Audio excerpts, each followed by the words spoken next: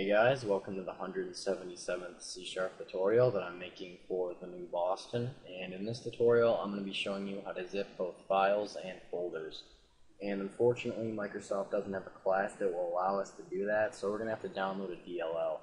So just go on Google right here and type in .net zip, and then just hit the first link right here. It should say .net zip library. And then once this page is loaded, hit the Downloads tab.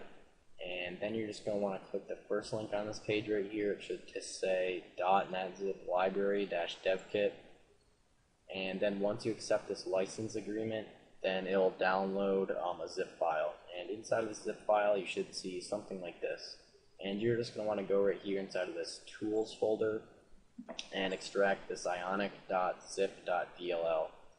And then once you've extracted it, go into C# and add it as a reference. So just go into the Solution Explorer right here, right click on References and hit Add Reference. Then just go to wherever you extracted your DLL and then just hit OK. Alright, so now that we have added that zip DLL to our references, we can just go over here and create a using statement so that we can use the code inside of that DLL. So we'll just say using ionic.zip. Alright, and for this tutorial, you're going to need to have an open file dialog, a folder browser dialog, and an if statement checking to see if when the user actually does open the open file dialog, that they select a file. So now that we can use this zip, or all these zip classes right here, we're just going to want to create a new instance of the zip file class. I'm just going to call it ZF. I'm just going to call it ZF for a zip file and set it equal to a new zip file. And inside of this, these two parentheses right here, you're going to want to give the path to the zip file. So we're just going to want to create it on my desktop. So we're going to say users/Adam/desktop, and then after the last one, you can just name it anything you want. I'm just going to call it my zip file.zip, and make sure it has a zip extension on it. Alright, so now we can begin adding files to our zip file. So we're just going to say zf.addFile, and we're just going to want to give the path to the file that we want to add, and that's going to be whatever file that the user opens in the open file dialog. So we're just going to say right here ofd.filename, and the second parameter that you're going to want to pass through is the path to the file that is the path to where your file will be in the actual zip file. And if you want it to be in the root of the zip file, you're just going to want to put an empty string right there.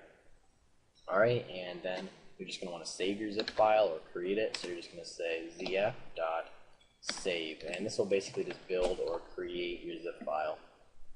Alright, so let's debug here and make sure that this works. So if we click this button, and let's just zip this document.txt. Now let's go on my desktop, and we should see, yep, my zip file is right there. We open it up, and we can see that right inside of there is that document.txt file. Alright, so let's just go ahead and delete this. Alright. So now what if we wanted to actually add a directory inside of our zip file?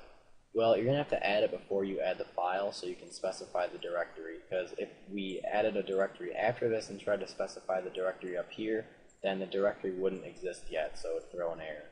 So we're just going to say zf.add directory by name, so we're just creating a new directory in there, and I'm just going to call it Adam, and then we're going to place this document text file inside of this Adam folder right here. Alright, so let's just debug and open that document.txt file.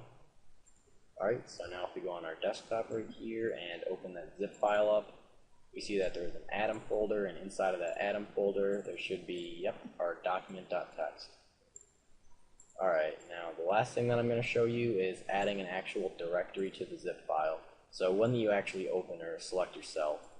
So instead of showing the open file dialog here, we're going to want to show our folder browser dialog, and then we're just going to add a directory and not a file. So we're going to say add directory, and the directory name will just be the path to the directory that the user opens in the folder browser dialog. So we're just going to say fbd.selected path for the path to the folder that the user opens in the folder browser dialog.